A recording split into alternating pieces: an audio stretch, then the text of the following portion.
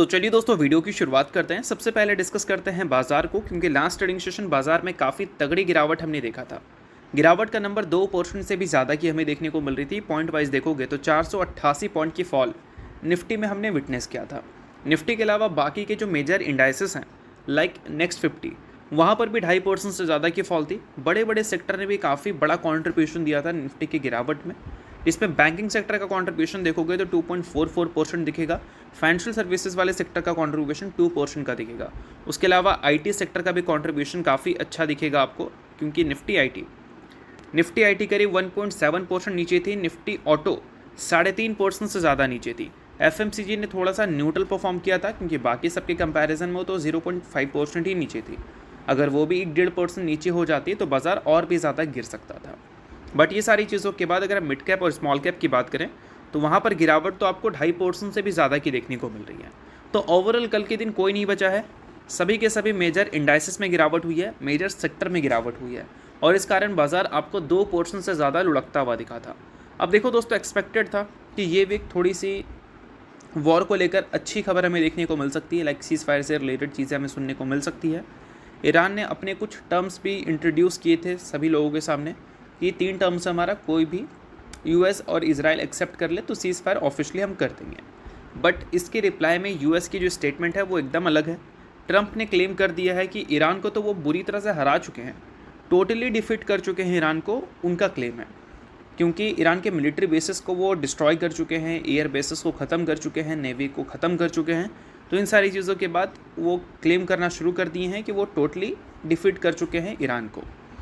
और साथ में उन्होंने ये भी बताया है कि ईरान ने डील को लेकर जो शर्त रखा है वो शर्त को तो एक्सेप्ट किया ही नहीं जा सकता, क्योंकि वॉर तो है ही नहीं, वॉर को तो हमने ख़त्म कर दिया है।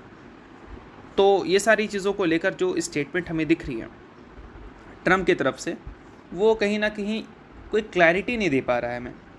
ट्रम्प बोल रहे हैं तो हमने वॉर ख़त्म कर दिया है, ईरान बोल रही है कि वॉर ख़त्म करना है तो ये सारे कंडीशन एक्सेप्ट करो। तो कहीं ना कहीं प्रॉपर सीज़ फायर को लेकर अभी भी क्लैरिटी हमारे पास नहीं है। अब ये सारी चीज़ें कहीं ना कहीं बाज़ार को डिस्टर्ब तो कर ही रही है, क्योंकि लगातार इससे इन्फ्लेशन डेवलपिंग कंट्री के ऊपर बढ़ रहा है। अब इसमें एक और कंट्री की भी एंट्री हो सकती है, क्योंकि भाई नॉर्थ कोरिया ने 10 बैलिस्टिक मिसाइल फायर किया है during US south Korea military drills. US और साउथ कोरिया का मिलिट्री ड्रिल्स अभी चल रहा है, और उसके बीच में नॉर्थ कोरिया ने 10 बैलिस्टिक मिसाइल फायर किया है जापान के समुद्र में। और इस चीज़ की वजह से एक इमरजेंसी अलर्ट लग गई है जापान में, और जापान ने क्राइसिस टीम को एक्टिवेट भी कर दिया है।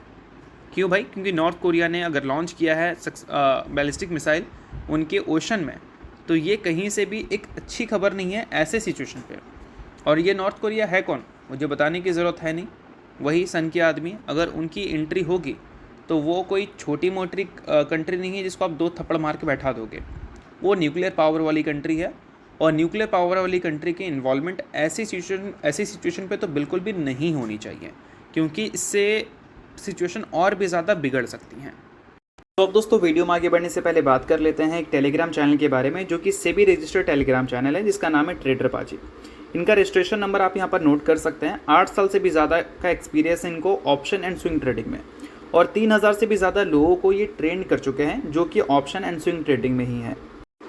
तो इनके टेलीग्राम चैनल का लिंक आपको डिस्क्रिप्शन में देखने को मिलेगा, जिसको चाहो तो आप ज्वाइन कर सकते हो। अब ज्वाइन करने का सबसे बड़ा बेनिफिट क्या है? तो सबसे बड़ा बेनिफिट ये है कि सेबी रजिस्टर्ड टेलीग्राम चैनल है। तो सेबी रजिस्टर्ड रिसर्च एनालिस्ट के द्वारा जितने भी रिसर्च होते हैं कंपनी से रिलेटेड, वो आपको यहाँ पर बिल्कुल फ्री ऑफ कॉस्ट देखने को मिलते हैं। काफ़ी सारी कंपनी के चार्ट्स को अच्छी तरह से रिसर्च कर आपको अपडेट होता हुआ देखने को मिलेगा यहाँ पर बिल्कुल फ्री ऑफ कॉस्ट। और इनके साथ आपको काफ़ी सारे कॉल्स वगैरह भी देखने को मिलते हैं, जो कि बिल्कुल फ्री ऑफ कॉस्ट रहता है। तो ये सारी चीज़ों का अगर आप बेनिफिट लेना चाहते हैं तो लिंक आपको डिस्क्रिप्शन में दिख जाएगा, लिंक के थ्रू जाकर चैनल को ज्वाइन कर लो। बट आगे चलकर कुछ और अपडेट्स हमें देखना काफ़ी इंटरेस्टिंग होगा, क्योंकि अभी तक तो सुनने को मिल रहा है कि नॉर्थ कोरिया ने जापान के ओशन में बैलिस्टिक मिसाइल छोड़ा था यूएस और साउथ कोरिया के मिलिट्री ड्रिल्स के बीच में। अब देखते हैं कि ये जो नॉर्थ कोरिया ने बैलिस्टिक मिसाइल छोड़ा है वो किसके अगेंस्ट छोड़ा है, जापान के अगेंस्ट, साउथ कोरिया जो कि उनका दुश्मन है उसके अगेंस्ट, या फिर अमेरिका के अगेंस्ट। क्योंकि ऑलरेडी उन्होंने वार्न किया है यूएस और साउथ कोरिया जो मिलिट्री ड्रिल्स कर रहे हैं उसका कोई भी असर नॉर्थ कोरिया पे नहीं आना चाहिए, नहीं तो उनकी तरफ से कुछ रिप्लाई आ जाएगा। अब वो तो भाई सन के आदमी हो सकता है, उनकी साइड से जो रिप्लाई है वो बैलिस्टिक मिसाइल के तौर पर देखने को मिल जाए। बट ऐसे टाइम पे ये सारी चीज़ें कहीं से भी अच्छी नहीं है, तो इन सारी चीज़ों को आप नोट करो और इन सारी चीज़ों के बेसिस पे बाज़ार रिएक्ट भी कर सकता है।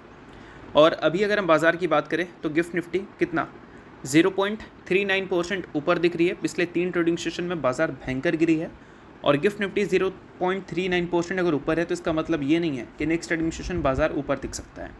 इससे पहले भी गिफ्ट निफ्टी आपको 0.2% के आसपास नीचे देखने को मिल रही थी, तो एक्सपेक्टेड था कि बाज़ार नेक्स्ट ट्रेडिंग सेशन ऊपर दिखेगा। बट लास्ट ट्रेडिंग सेशन बाज़ार में 2% से ज़्यादा की फॉल आ गई, तो अभी बाज़ार कंप्लीटली न्यूज़ बेसिस पर रिएक्ट कर रहा है।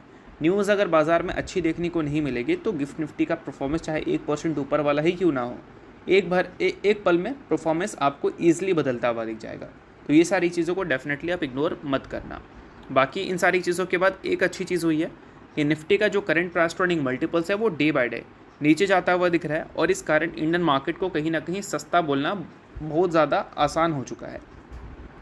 क्योंकि देखो दोस्तों, इन्फ्लेशन अगर बढ़ेगा तो डेवलपिंग इकनॉमी ऑब्वियस सी बात है परेशान होंगी और रेट हाइक्स ये सारी चीज़ें होंगी, इकोनॉमिक ग्रोथ हमें स्लो होता हुआ दिखेगा और ऐसे टाइम पे वैल्यूएशन बाज़ार का नीचे आएगा तो कहीं ना कहीं ये सारी चीज़ों को वो प्राइस इन करता है। बट जब सिचुएशन बेहतर होंगी तो ये जो वैल्यूएशन है ये अट्रैक्टिव लगने लगेगा और कई सारे फॉरेन इंस्टीट्यूशंस इंडियन मार्केट को अट्रैक्टिव वे की तरह देखना पसंद करेंगे, जो कि अभी के टाइम पे लगातार वो पैसा निकाल रहे हैं ना पिछले 1.5-2 साल से, वो अपने पैसे को इन्फ्लो करते हुए दिखेंगे, जो कि कहीं ना कहीं एक अच्छी बात होगी। तो ये सारी चीज़ों पे भी आपको ध्यान देना है कि निफ्टी का प्राइस टू अर्निंग मल्टीपल्स कहाँ पर है, कहाँ पर नहीं है।